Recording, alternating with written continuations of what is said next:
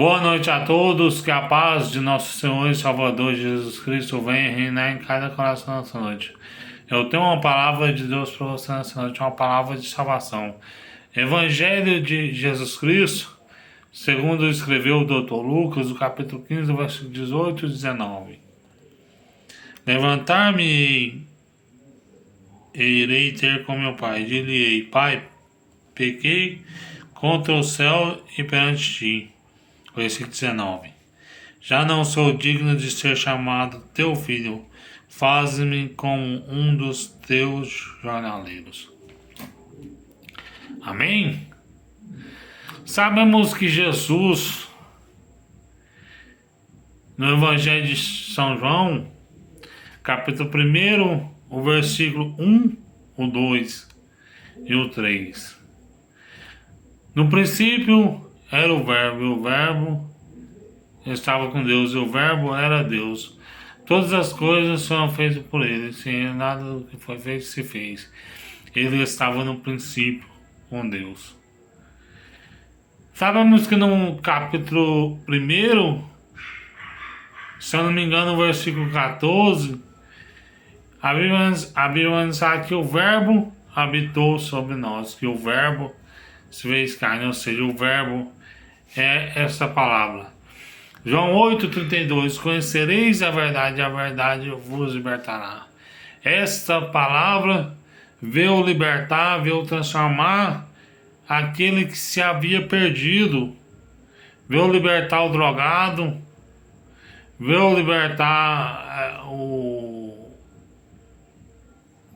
ladrão, veio libertar o cachaceiro, veio libertar o adúltero, o homossexual, aquele que mata, que rouba sem nenhuma misericórdia. Essa palavra veio para libertar a todos. E Jesus, reunindo os discípulos, os escribas, os fariseus, os gentios, os judeus, os ortodoxos, Jesus reuniu este povo para contar essa parábola do filho pródigo. E Jesus disse: certo homem tinha 2 filhos.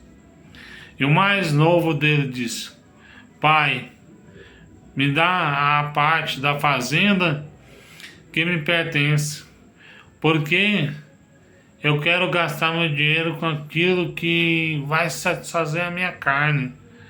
Aquele filho já estava apostatando na fé. Ele estava na igreja com o pai, mas já não estava alegre por causa das provas, das provações, das dificuldades do dia a dia. Então este filho resolve abandonar o pai. E o pai, como ele sendo onisciente, ele disse: o meu filho vai voltar. O pai dessa parábola simboliza o pai, que é Deus. O filho mais novo simboliza os pecadores, os gentios. E o filho mais velho simboliza os escribas, os fariseus e os judeus. E o pai repartiu a fazenda para eles. E ele foi com muito dinheiro. Se fosse nos dias de hoje, aquele filho mais novo, ele tinha ido embora com um cartão de débito de 1 milhão, 2 milhões ou 5 milhões, não sei, a Bíblia não falou tanto de dinheiro que ele tinha na época, mas só sei que ele esbanjou muito dinheiro. E ele começou a gastar dinheiro. Se uma pessoa lhe pedir, se fosse nos dias de hoje, pedisse ele para ele pagar uma cerveja, ele pagava uma caixa de cerveja. Se pedisse um cigarro de maconha, ele daria uma barra de maconha para a pessoa. Então, pródigo significa esbanjador. E ele esbanjou seu dinheiro e não tinha mais dinheiro. E sobreveio sobre aquele país uma grande fome. E veio um homem que usou de misericórdia dele e deu-lhe um serviço para ele apacentar porcos.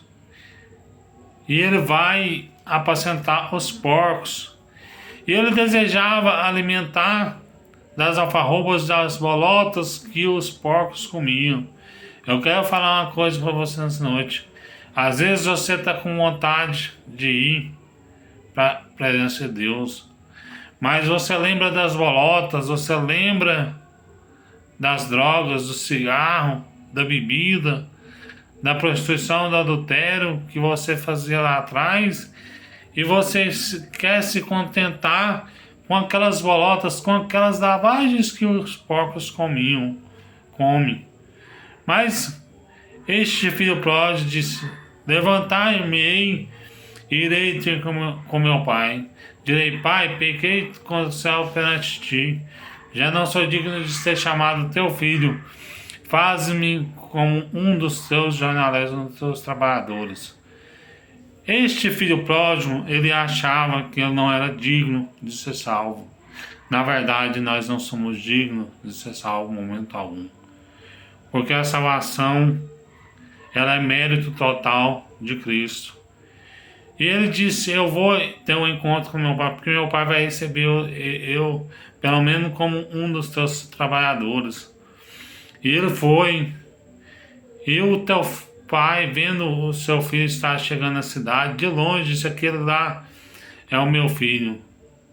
E pensou assim: aquele lá não é seu filho, porque ele saiu daqui barbeado, limpo, e aquele lá está sujo, está barbudo, está descalço. Este não é o teu filho. E o pai disse: certamente este é o meu filho. Porque o pai, ele conhece quando o filho volta para a presença de Deus ou vai voltar. E ele conheceu aquele filho voltando para a presença de Deus, porque o pai simboliza Deus. E ele disse: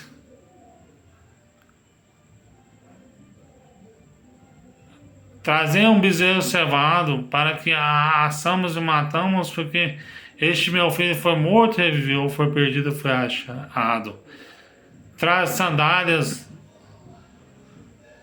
porque o lugar que ele passava, ele não vai passar mais. Traz roupas, porque ele será lavado no sangue do Cordeiro, nas vestes do Cordeiro. E traz também uma aliança, um anel, porque Deus estava fazendo uma nova aliança, estava entregando uma nova autoridade para aquele filho.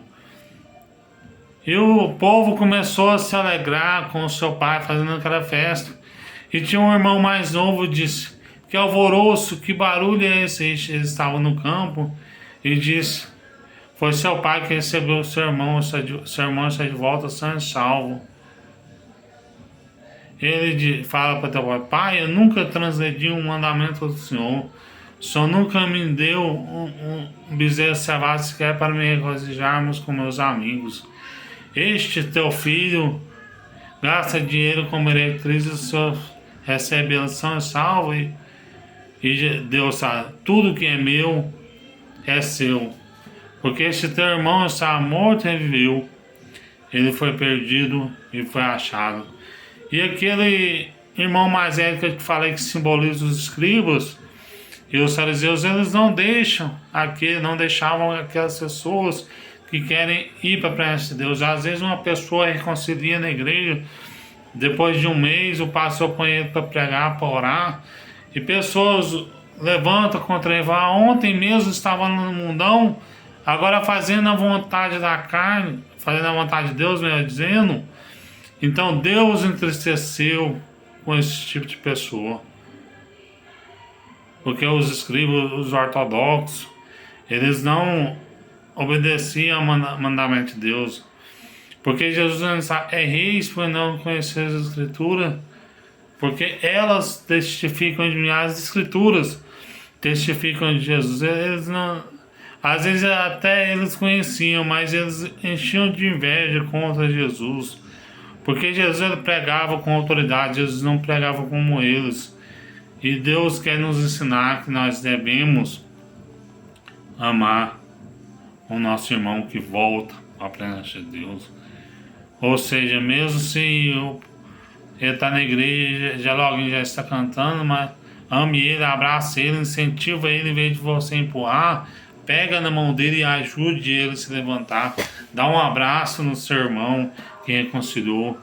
E assim você está fazendo igual este pai, recebendo com alegria, igual os anjos, porque os anjos, eles fazem festa quando a alma perdida se arrepende. Nós temos que fazer festa se alegrar, quando uma alma se arrepende. Meu irmão, nós somos salvos por intermédio da graça de Cristo Jesus. Aquele irmão mais velho, ele achava para ele ser salvo, era mérito deles. Efésios capítulo 2, versículo 8, não, porque pela graça sois salvos mediante a fé. Isso não vem de vós, é dom de Deus, não vem das obras para que ninguém se glorie. Aquele irmão mais velho achava por ele ser um filho obediente ao pai, por ele estar no campo, fazendo tudo que o pai queria, ele achava que ele estava agradando ao pai. Mas Deus não agradou dele por causa dessa atitude, porque ele não pôde receber o seu irmão são e salvo. Meu irmão, nós temos que reconhecer que a salvação não é mérito nosso, a salvação é totalmente mérito de Cristo. E aquele filho mais novo disse: levantar-me irei ter com meu pai, e direi: Pai, pequei contra o céu diante de ti, já não sou digno de ser chamado teu filho.